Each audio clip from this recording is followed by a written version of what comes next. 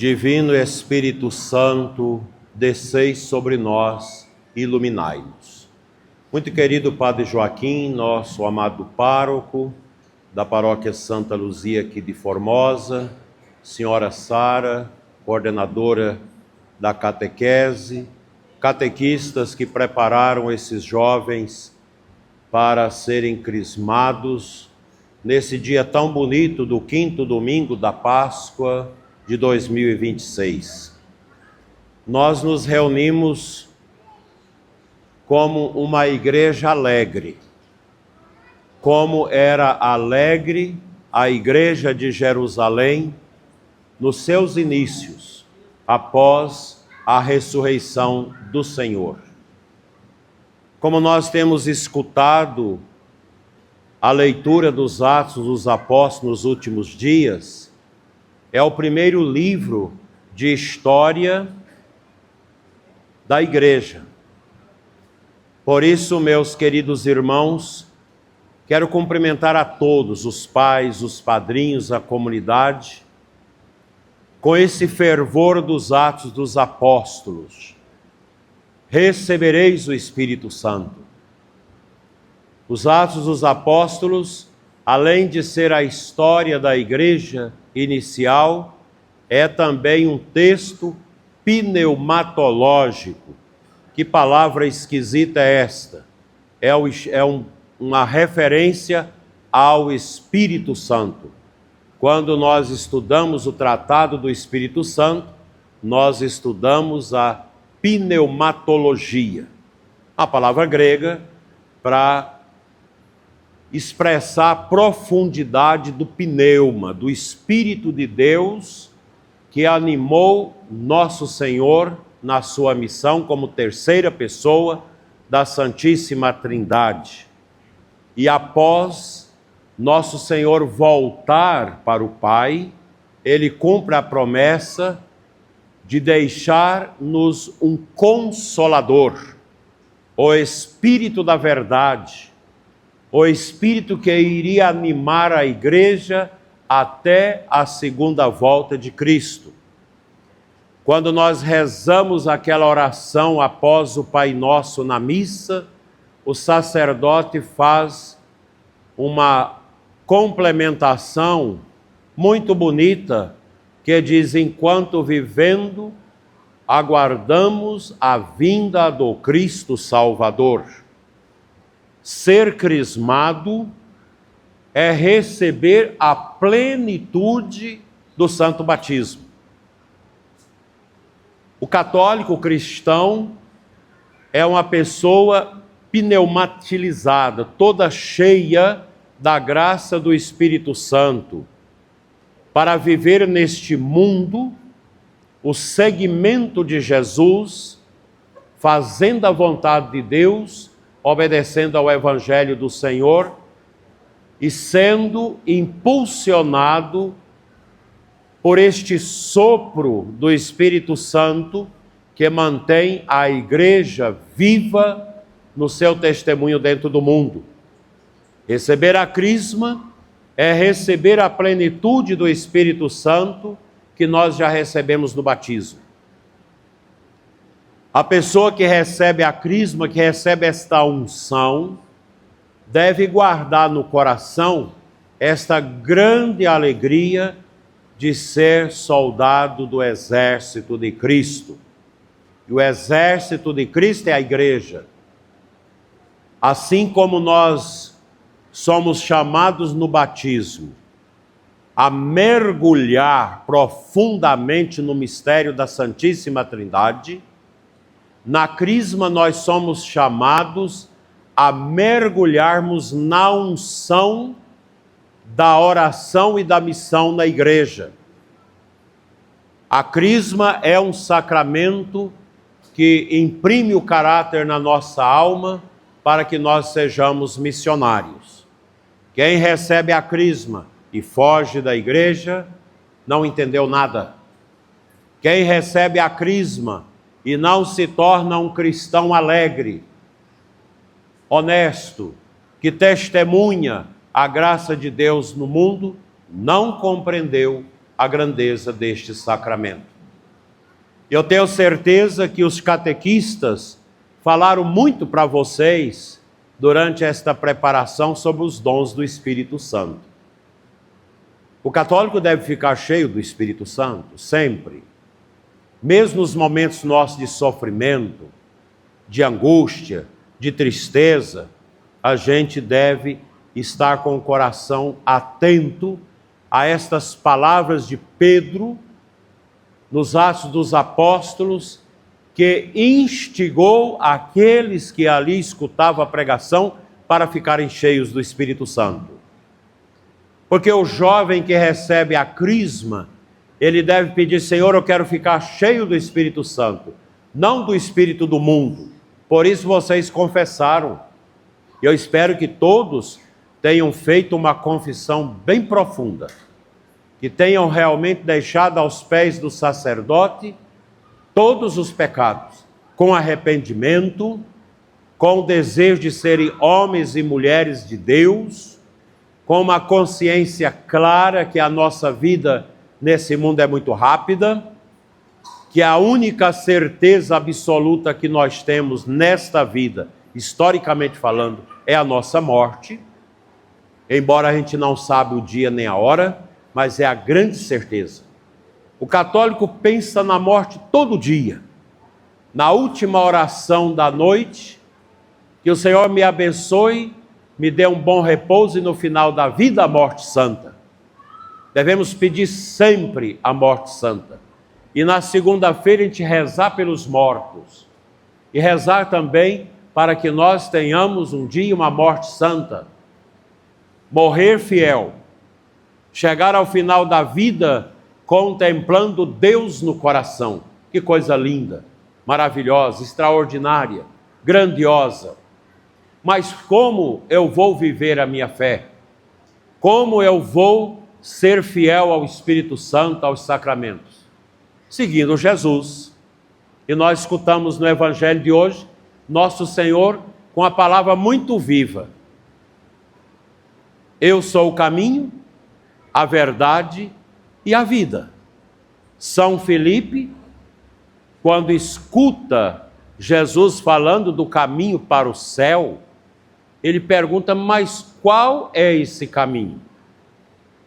E Jesus fala: eu sou o caminho. Qual é a finalidade da nossa caminhada neste mundo? O céu. O que é o céu? É a vida eterna com Deus, com os anjos, com os santos, sem um corpo material, mas com um corpo glorioso depois da nossa ressurreição na volta de Cristo. Quando a matéria do nosso corpo, de forma gloriosa, vai unir-se ao nosso espírito para viver eternamente no eterno amor de Deus, num amor tão dinâmico que não nos cansará. E nós vamos estar no céu, nos enchendo desse rio eterno do amor de Deus, que vai derramar eternamente no nosso coração a caridade. Esse é o nosso caminho, gente. O nosso sonho primeiro é o céu. Eu conversava com um grande empresário tempos atrás, já com 87 anos, muito rico. E ele dizia: tudo o que eu fiz não é nada. O mais importante é o céu que eu estou a esperar. O que eu tenho, o dinheiro que eu possuo, não compra o céu. E o que eu ajuntei nesse mundo não é meu, porque é de Deus. Serviu para ajudar os pobres, minha família, meus funcionários, a nossa Santa Igreja. Ajudei tanto, mas não fiz tudo. E agora eu estou esperando para oferecer a mim mesmo. Porque o que eu tenho não pode comprar novamente a minha juventude. O dinheiro que eu possuo não é capaz de comprar a minha saúde. Toda a riqueza que eu vou deixar para a minha família não é capaz de comprar a fidelidade nem dos meus filhos, nem dos meus gerentes. Então, bispo, tudo isso é poeira que passa, me dizia ele. O importante é a vida. Por isso eu sempre tive na minha vida o crucifixo de Nosso Senhor, a imagem de Nossa Senhora e a imagem do meu santo, São Gotardo, que é o meu protetor. É um mineiro lá de São Gotardo. A nossa vida é isso, gente. O horizonte nosso é o céu. Mas esse caminho do céu a gente faz caminhando com Jesus.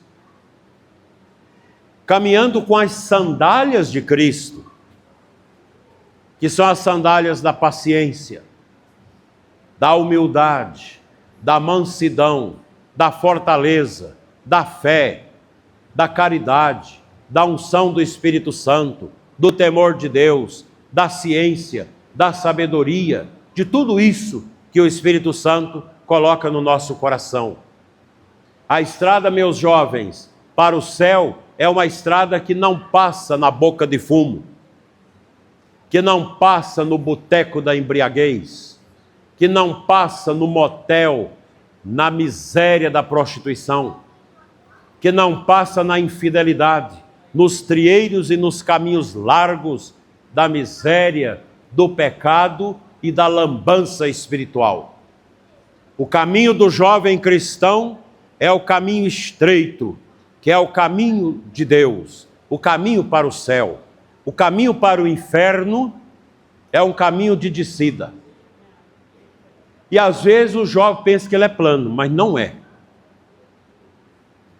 O filho pródigo entrou nesse caminho, Padre Joaquim. Pediu a herança do pai, porque a mãe tinha morrido, e a mãe certamente botava um pouco de cabresto nele. Ele falou: me dá a herança que me cabe. Catou os bens e saiu no caminho do mal, que é assim, mas quem está nele acha que é assim. E ele foi. O dinheiro que ele levou, ele começou a comprar as amizades falsas, as misérias, tanta coisa. Eu peço ao pessoal que está conversando na igreja, está me atrapalhando a pregação. Vocês que estão rindo, estão conversando, estão me atrapalhando. Por favor, gente, faz um pouquinho de silêncio. Já estou terminando. Eu sei que estou falando muito, sei que vocês não gostam muito de escutar o bispo, mas paciência, eu já estou terminando. Então, gente, esse caminho do filho pródigo é um caminho esconso. Gasta aqui, gasta ali, droga, mulherada, pecado, jogatina, tudo. E ele foi, e o dinheiro foi acabando, e quando ele descobriu, o caminho era assim, ele escorregou e caiu onde? No chiqueiro. Caiu no chiqueiro dos porcos, sem dinheiro, com fome, e o dono dos porcos dizia: você não coma da lavagem dos porcos.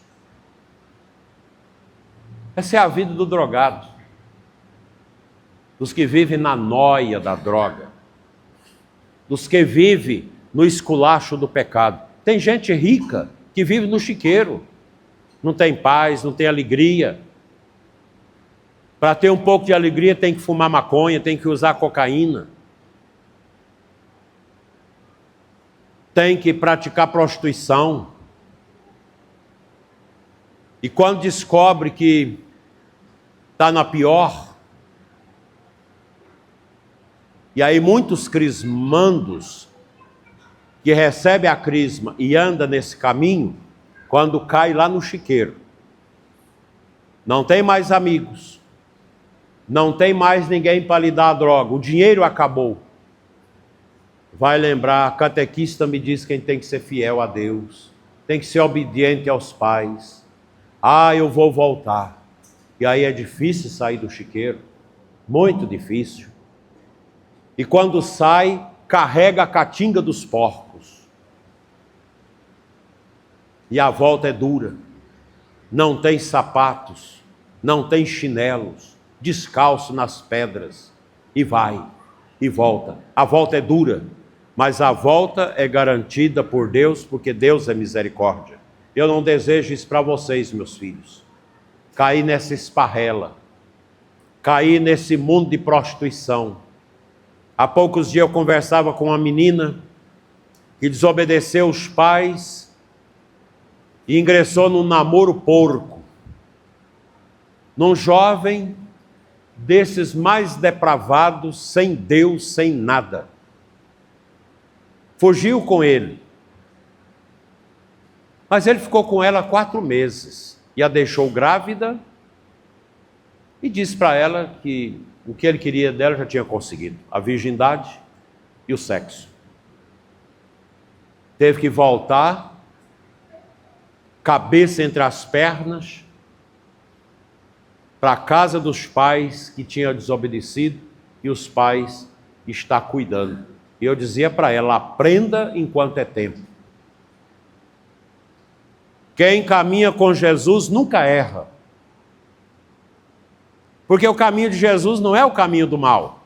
Se o caminho do mal, que parece ser plano, mas esconde e joga no chiqueiro, o caminho para Deus, ele é estreito, mas ele é em aclive. É o caminho do sofrimento, da paciência, da persistência, da honestidade, da mansidão e de tudo isso que o Espírito Santo coloca no nosso coração. É o caminho do Calvário. E a gente vai nesta vida passando pelas dificuldades, subindo, até chegar à cruz, no alto, onde Cristo nos liberta.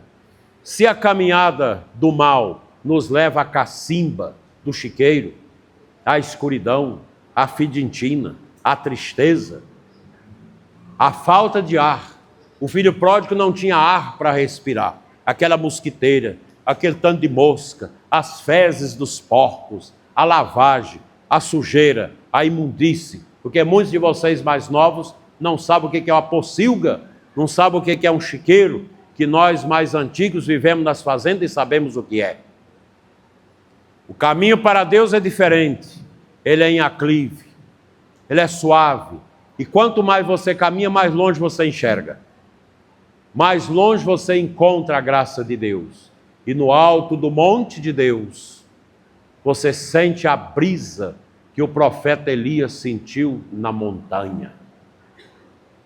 E você tem uma visão grande, que é a visão que Deus vai te dar da eternidade. Tudo com Deus é maravilhoso. Outro dia, fazendo a conta dos jovens que foram meus colegas da 5ª à 8ª série, que depois eu mudei de cidade. Nós não éramos uma turma fácil. Contando, nós éramos uma média de mais de 20 colegas. Hoje existe eu e mais 2. Uns 4 morreram de drogas, outros matados, outros de acidente por causa de alcoolismo. E somente um que morreu de morte natural. Tal vida, tal morte. Vamos repetir? Tal vida, tal morte. Uma vida na sujeira, na imundície, é uma morte triste. Mas veja a morte de Carlo Acutis. São Carlo Acutis, um jovem que a mãe ainda está viva, o pai está vivo. Um jovem que descobriu Jesus já pequeno, já tinha as visões de Cristo na Eucaristia, que foi ceifado por um câncer. E ele converteu a mãe durante a doença e converteu muitos jovens, os colegas de escola, e continua a converter tantos jovens depois da sua morte, porque foi a morte santa. A morte no pecado, ela é triste, é dolorosa, o defunto fica feio, pesado, mas a morte em Deus, a morte na santidade, ela é suave, ela é abençoada. Até o cadáver no defunto, no esquife, parece que fica diferente. Nós nascemos, meus irmãos, por vontade de Deus que nos criou, para vivermos na luz, não na escuridão. O caminho da juventude deve ser um caminho na luz, na paróquia, na catequese, no grupo de oração, no EAC, no EJC. Depois que casar, vai para o encontro de casais, no grupo de oração. Quanta coisa bonita! A paróquia é a nossa casa, é a nossa família. E aqui o Espírito Santo nos congrega como igreja para que, praticando as virtudes, sobre a maneira da fé, da esperança e da caridade, nós possamos seguir Cristo, caminho e vida. A palavra que eu digo para vocês, meus queridos crismandos, e para todo o povo que está aqui: nada é maior do que Jesus. Nada é mais belo do que os pés de Jesus. Quando eu estava me preparando para entrar para o seminário, nós tivemos um retiro muito poderoso. E Deus me deu a graça de visualizar em oração os pés do Senhor Jesus. Eu sou encantado com os pés de Jesus, seja na sua andança, seja na cruz, os pés onde Nossa Senhora tocou, aqueles pés ensanguentados, e a gente canta aquele canto bonito, mãos e pés ensanguentados de Jesus. Os pés de Jesus são maravilhosos.